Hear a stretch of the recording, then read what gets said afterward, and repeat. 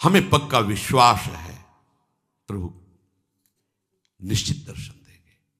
और खूब तीव्रता पूर्वक भजन के समय हमारे में ये नियम होने ही चाहिए। प्रभु में अटल विश्वास, भजन में दृढ़ता। ये भगवत दर्शन कराने की बात है। कैसे भगवत दर्शन होंगे? प्रभु में अटल विश्वास। अब इस अटल विश्वास को समझ लीजिए, जो टल ना सके ऐसा विश्वास। भजन मार्ग में चल रहे हम, भारी प्रतिकूलता, निंदा, अपमान, रोग से ग्रसित शरीर, कोई साथ देने क्या, पर तुम्हारा विश्वास प्रभु से नहीं टलना चाहिए। अटल, बट विश्वास अटल निज धर्मा। अटल विश्वास को बरगद के पेड़ की उपमा से कह रहे हैं कि कैसा, जैसे बरगद का पेड़ है तो थोड़ी इधर जड़ कमजोर हुई तो डाल से जड़ निकल कर लग गई, हिलने नहीं देगी, बड़ा भारी दूर तक उसकी डालें फैल गई, जगह जगह जड़। ऐसा नहीं कि वो अगर जड़ भी काट दो तो उसकी इतनी जड़ें फैल गई कि नष्ट नहीं हो सकता। बट विश्वास अचल निज धर्मा। अपने धर्म में अचल और अपने आराध्य देव में अटल। देखो ना, अंदर देखो आप, भगवत दर्शन करने की लालसा प्राप्त करने के लिए आराध्य देव में अटल विश्वास और भजन में दृढ़ता। कैसी भी परिस्थिति हो, पूज्य श्री राधा बाबा, इन महापुरुषों की भजन दृढ़ता देखो। अनुष्ठान कर रहे हैं, अंग टूट गया है, नहीं रुकना, वैसे ही बैठा लो मुझे आसन पे। भजन नहीं, नियम नहीं टूटने वाला। कैसी दृढ़ता है। लिया नियम परिक्रमा भाव गिरिराज की, वही गीता वाटिका, नहीं चल पा रहे, पालकी में बैठा लो, चलो ले चलो। जो नियम, जो भजन की दृढ़ता, उस पर फर्क नहीं पड़ना चाहिए। दूसरा, हम जिसका भजन कर रहे हैं वो हमारे भजन को देख रहा है। बड़ा सुख मिलेगा आपको जब ये बात आप लाओगे। हम वाणी गायन कर रहे हैं, हमारे प्रियालाल सुन रहे हैं, हम भजन कर रहे हैं, हमारे प्रियालाल देख रहे हैं। तो हम कोई भी कार्य ऐसा ना करें जो प्रियालाल के सामने नहीं करना चाहिए। देखो आप बच जाओगे। दूसरा है भगवत दर्शन करने वाले उपासक का नियम, हम जिसका भजन कर रहे हैं वो उपास्य देव हमें देख रहा है। उनको सामने देखते हुए भजन करो। प्रिया प्रीतम देख रहे हैं, मैं उनका भजन, प्रिया प्रीतम देख रहे हैं, हम उनकी लीला गायन, प्रिया प्रीतम ही बैठे, हम उनकी सेवा कर रहे हैं और पक्का विश्वास वो मुझे मिलेंगे। पक्का विश्वास वो मुझे मिलेंगे और मेरे आराध्य देव से बढ़कर के अनंत ब्रह्मांडों में कोई नहीं है। ये दो बातें। तीसरी, जो गुरु जी ने भजन दिया है, मंत्र दिया है, उस पर विश्वास, उससे बड़ा कोई मंत्र, कोई साधन नहीं है। ये तीसरी बात बताई। हमें नाम मंत्र भजन उसी में दृढ़ होना जो गुरुदेव ने दिया है। चौथी बात, जिसका हम भजन कर रहे हैं सिर्फ उसी की प्राप्ति के लिए भजन है। बीच में मिलावट कुछ नहीं होनी चाहिए, ये वो मांग नहीं होनी चाहिए।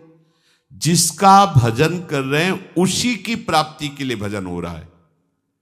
बीच में किसी दूसरे विषय की मांग, किसी परिस्थिति की मांग, तो फिर ये लालसा उत्कट नहीं प्रकट हो पाएगी भगवत दर्शन की।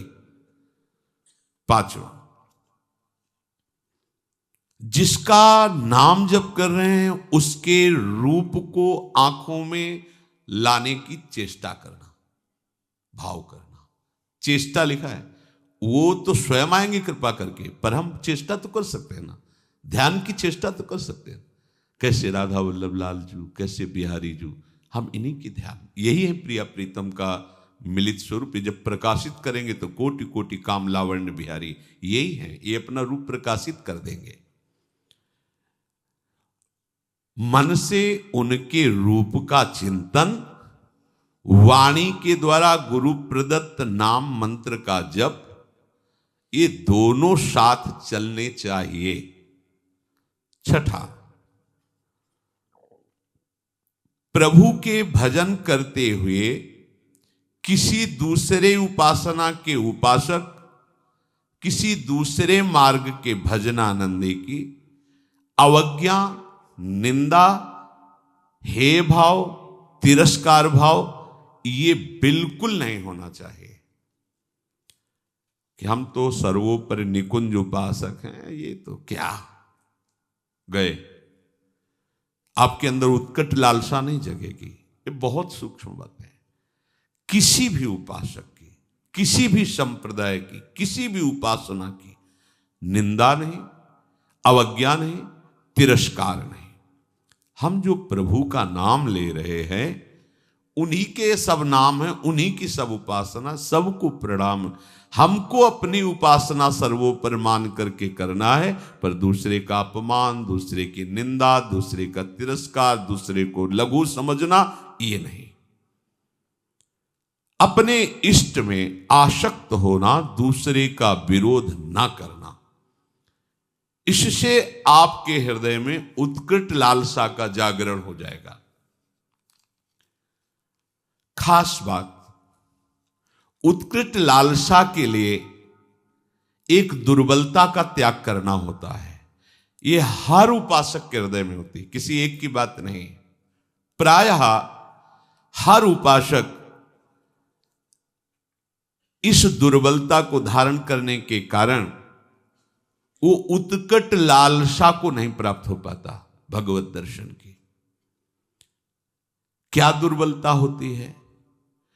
अपने गुरुदेव की दी हुई मंत्र और उपासना में अपनी बात मिलाना। जो बोला, जैसा बोला वैसे का वैसा स्वीकार करना। उपासक अपने मन की बात अपने गुरुदेव से, आचार्य से, पथ प्रदर्शक से करवाना चाहता है।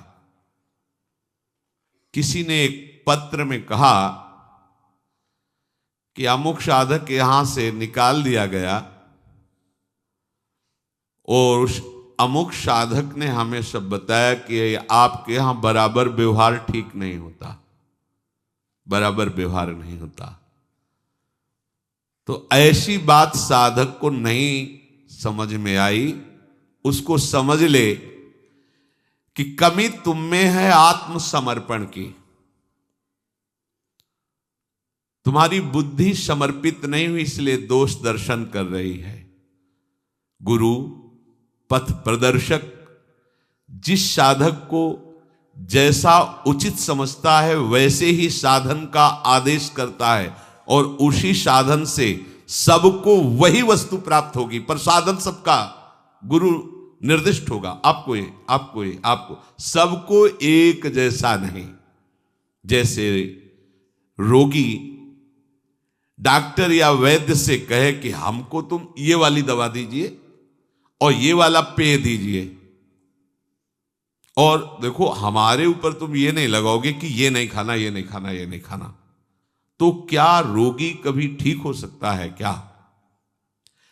उसी प्रकार शिष्य साधन सत्य मार्ग में चलने वाले उपासक को गुरु उसके स्वभाव को, उसकी स्थिति को देखकर उसके लिए मार्ग निर्देश करता है।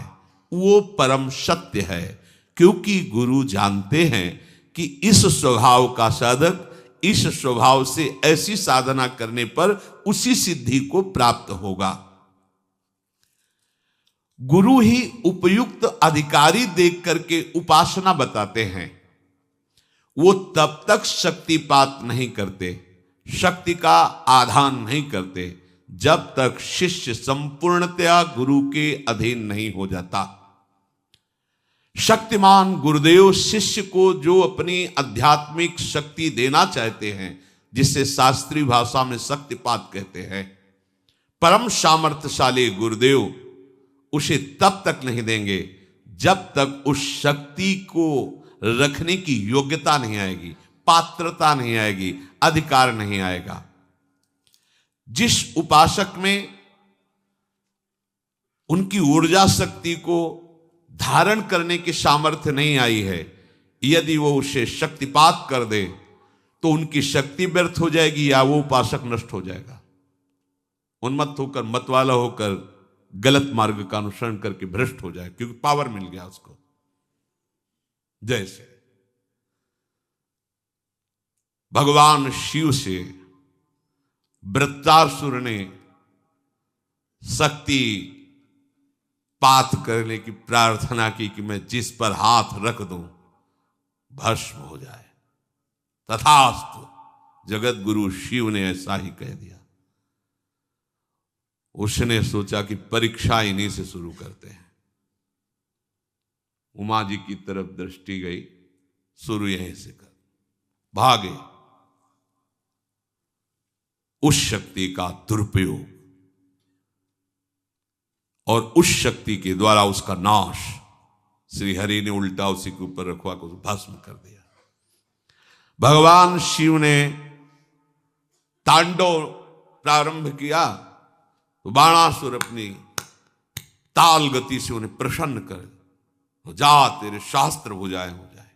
शक्तिपात के 1000 भुजा बलशाली, जिस पर्वत पर जाता टक्कर मारता, उसकी भुजाओं का जोड़ कोई नहीं। भगवान शिव से ही आया और कहने लगा, गुरु अब इन भुजाओं की खुजली मिटाने वाला त्रिभुवन में कोई नहीं, आओ आप ही हमसे 2-2 हाथ कर। हंस पड़े, उनका आ जाएगा कोई 2-2 हाथ करने वाला। फिर भगवान ने सुदर्शन चक्र से उसी शक्ति को नष्ट किया। इसलिए गुरुजन स्वभाव के अनुसार उस सिद्धि को प्राप्त करने के लिए उसे मार्ग देते हैं। शक्तिपात तभी होता है जब सर्वतोभावेन मन वचन कर्म से वो अपने गुरुदेव के अधीन हो जाता है। जिसकी बुद्धि नहीं रह जाती है, जब तक आपकी बुद्धि काम कर रही, क्यों मैं हूं, इसमें ऐसे कर लिया जाए, वैसे कर, तब नहीं, जैसा का वैसा। जिसको जो अधिकार गुरु ने दिया है, जो क्रिया दी है, जो जप दिया है, उसी के अनुसार बिल्कुल चलो, उसी प्रकार चलो जैसा कहा है। सबको समान उपदेश नहीं दिया जा सकता, सबके साथ समान व्यवहार भी नहीं हो सकता। समझिए, प्यार आंतरिक गुरुदेव का सबके प्रति समान है। सबको समान रूप से आप ऐसा सब करें, नहीं हो सकता। अलग अलग प्रक्रिया है, सबको समान रूप से आदेश नहीं दिया जा सकता। तो जो साधक रुष्ट होके गया था, उसकी जब छानबीन की गई तो वो अपनी साधना से भ्रष्ट होकर दुर्गति को प्राप्त हुआ। पूज्य भाई जी से हनुमान प्रसाद पोद्दार जी महाराज जी की वाणी, दुर्गति को प्राप्त हुआ, उसका साधन नष्ट हो गया, वो कमजोर हो गया। फिर बाद में आकर रो के पूछा कि क्या मेरा भी सुधार हो सकता है? उत्तर उसे दिया गया कि तुम दिखाने वाले इस परम सत्य मार्ग को, जो सदगुरुदेव हैं, जो इस मार्ग के आपको दर्शन कराने वाले हैं, उस मार्ग पर तुम चले ही नहीं, तुम उस रास्ते को चुना ही नहीं। जिस मार्ग को तुमने देखा नहीं, जिस मार्ग का तुम्हें अनुभव नहीं, उस मार्ग पर जो चला रहे तो तुम्हें उसमें क्यों में करने का अधिकार क्या है? तुम कैसे उस मार्ग पर चल सकते हो जिसको जाना ही नहीं है? तो जानने वाले, जनाने वाले मार्गदर्शक गुरुदेव जो तुम्हें जैसा ठीक समझ रहे हैं वो मार्ग दे रहे हैं, तुम उस पर नहीं चलोगे तो फिर उल्टा चलने पर तो ऐसा ही होगा।